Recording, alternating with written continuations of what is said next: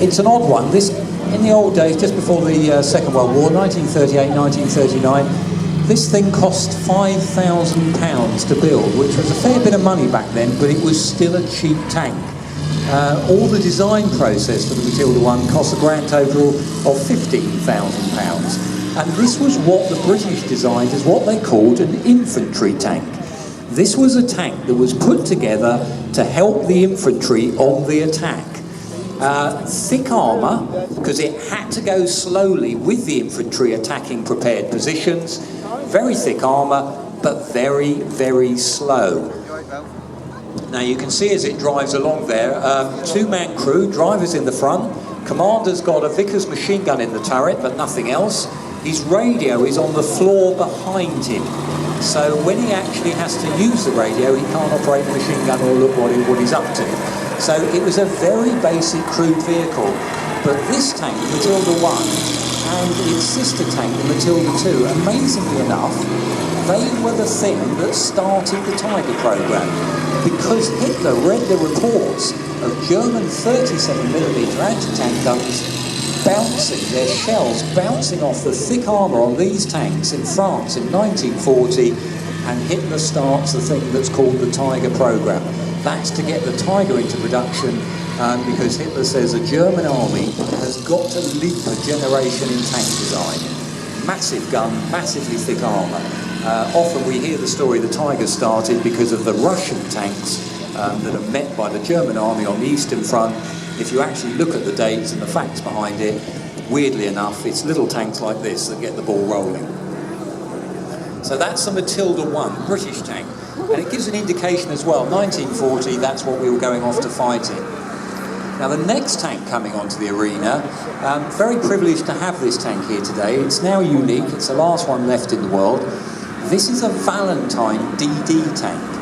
And the Valentine's one of those tanks, sometimes we've heard the name, sounds a bit effeminate, doesn't it, calling it a Valentine, but actually it's a warrior god in Norse mythology. So Valentine was the name given by Vickers, who were the design parents of this vehicle just before the war. They built the Valentine on tried and tested components. The suspension, the engines had all been used in earlier model tanks, so it was actually very reliable. Not very thick armour. It was designed originally, again, as an infantry tank to support the infantry on the attack.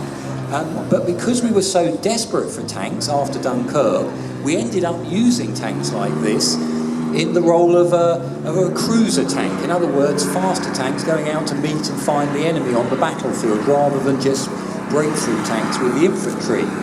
Now this particular one has been restored by John Pearson and his family, and they've actually got the last remaining Valentine DD tank. DD, duplex drive, two ways you can drive it. And as it goes past, you may see at the rear, there's actually two propellers.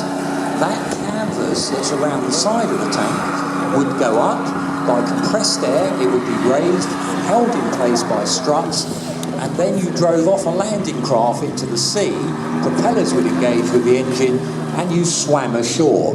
Now, whoever went and said to the first crew, off you go off the landing craft on a 20-ton tank, you know, they really did have a tall order. But the guys trained on these tanks, they weren't actually used on D-Day itself. And John brought this tank down because yesterday, down the road from here at Studland, just down Studland Beach, looked after now by the National Trust, back in this time, way back in 1944, they did an exercise with the DD tanks. A number of them sunk in the high seas, and there was a memorial down there to the men who lost their lives. They didn't lose their lives in vain. We learned the lesson.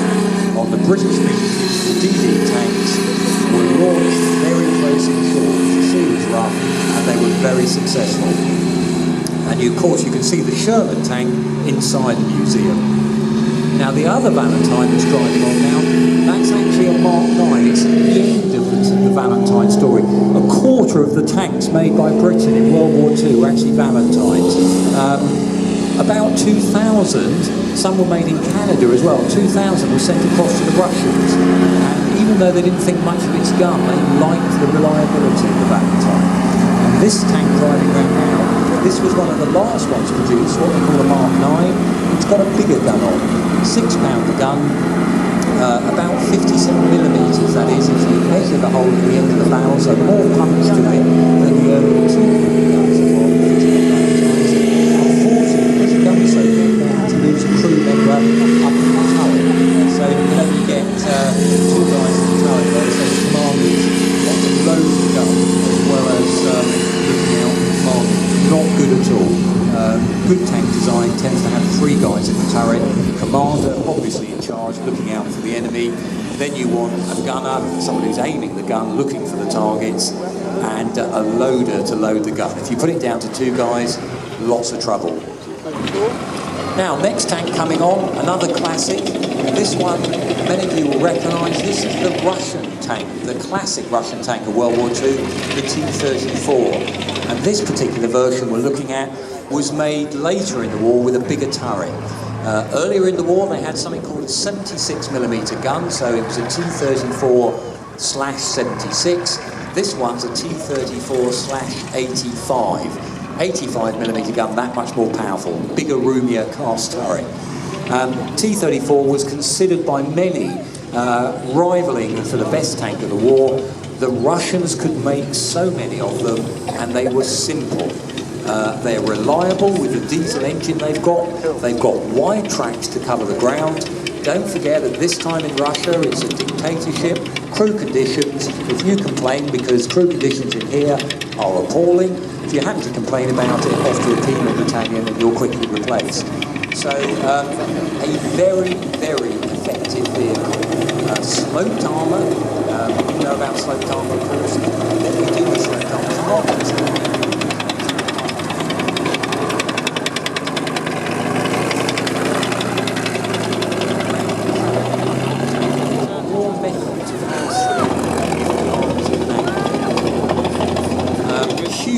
Produced. Of course, there's all the famous stories of them being driven literally from factories near Moscow straight to the front line, sometimes with some of the factory workers going along with them.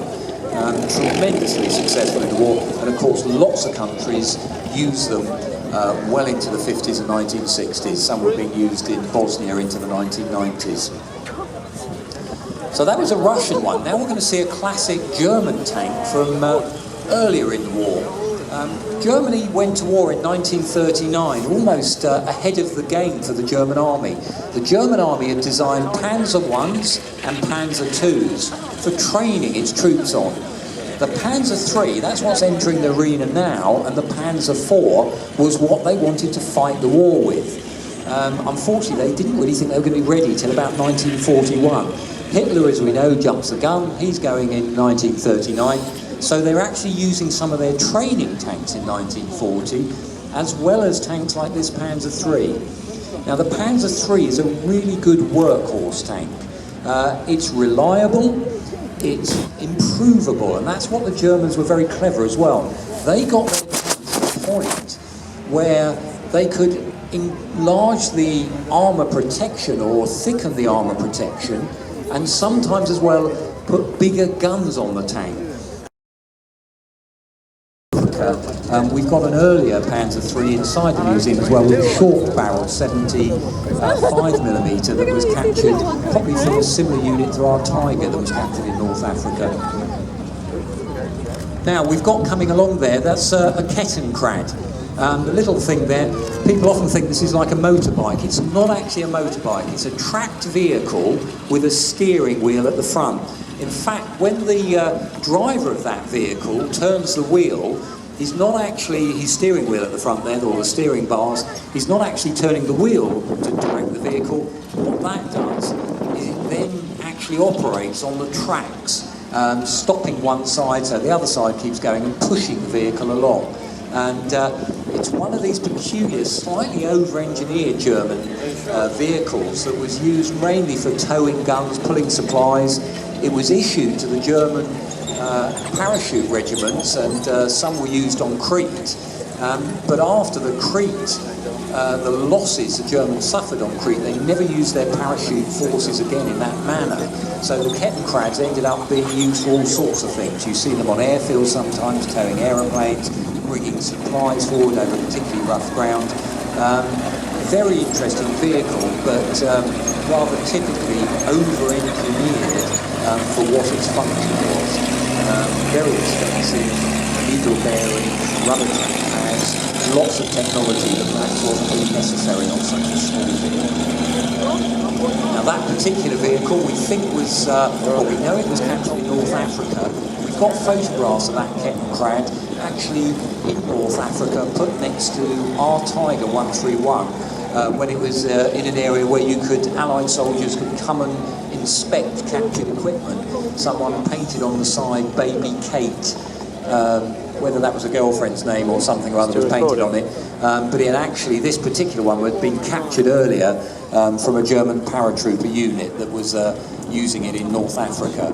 A lot of our German collection, of course, comes from North Africa because they were the tanks, when first captured, were brought back to the UK for evaluation, mainly at a place called Chertsey, just off the M3. And once they'd been evaluated, most of that collection of captured vehicles came to the Tank Museum in 1951, including, of course, the one you've already come to see today, Tiger 131.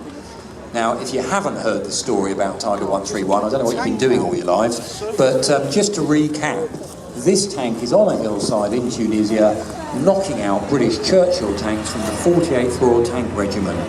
I used to say to people, a lucky shot jammed beneath the turret and the hull until a veteran pointed out that was a very well-aimed shot. And you can see that battle damage when you get closer to the tank when it parks up. We've never been able to track down the actual crew of this tank, but it looks like they panicked and abandoned the vehicle because the turret wouldn't turn. We don't know if any of them were wounded. There was battle damage on the tank, but it was the following day, it was on the battlefield, and the 48th Royal Tank Regiment were able to go up to it, knock out that jammed shell, and we in the West and Allies have got our first fully intact Tiger tank. And again, you'll be able to have a closer look at it when it parks up. I'll just shut up for the moment so you can listen to that throaty engine noise of the Tiger driving around. Good man.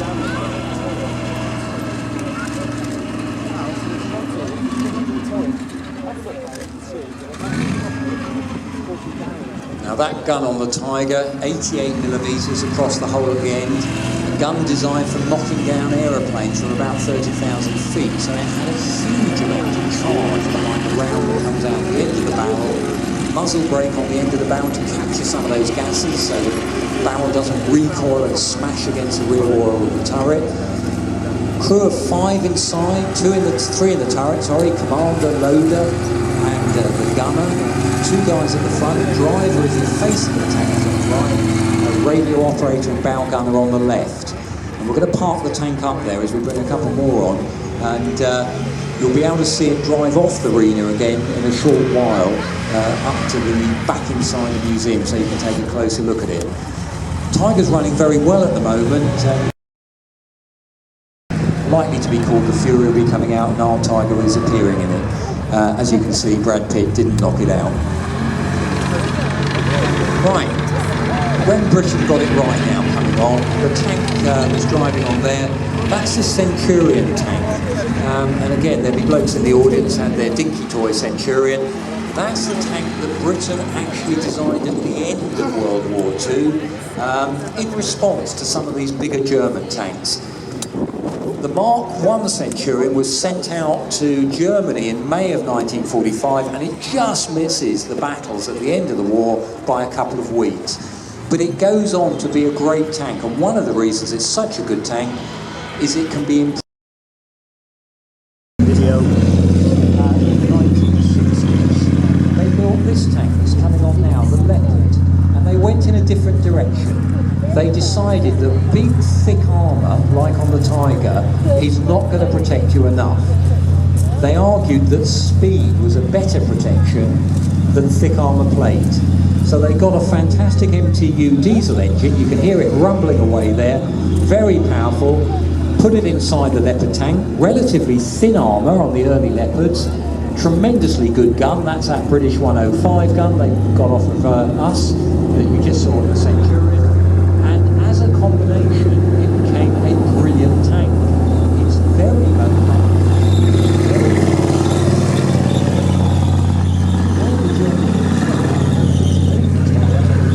More armour protection, but they managed to keep most of that mobility up. So the later Leopards, they're not only fast, but they're actually big guns on them, 120mm now, and also extra levels of protection. People often say, did people learn lessons from the Tiger? Well, actually, one of the few things that the Leopard has in common with the Tiger, apart from a good gun on it, is actually the Leopard has a snorkel for wading rivers, just like the Tiger did. That's about the only thing that we can think of that's a real similarity. Very mobile vehicle, as you can see. You can't do that in your car, can you? Actually turn on the spot. That's locking up a track, doing what they call a neutral turn, being able to move one way and the other way.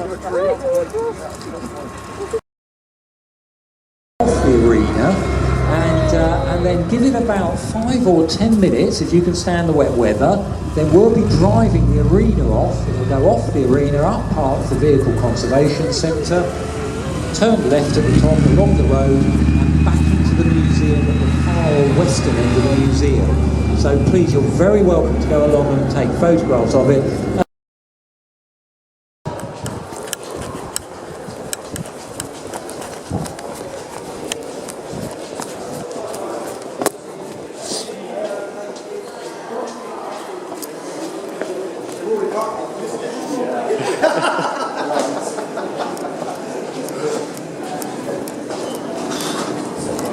Get on here first.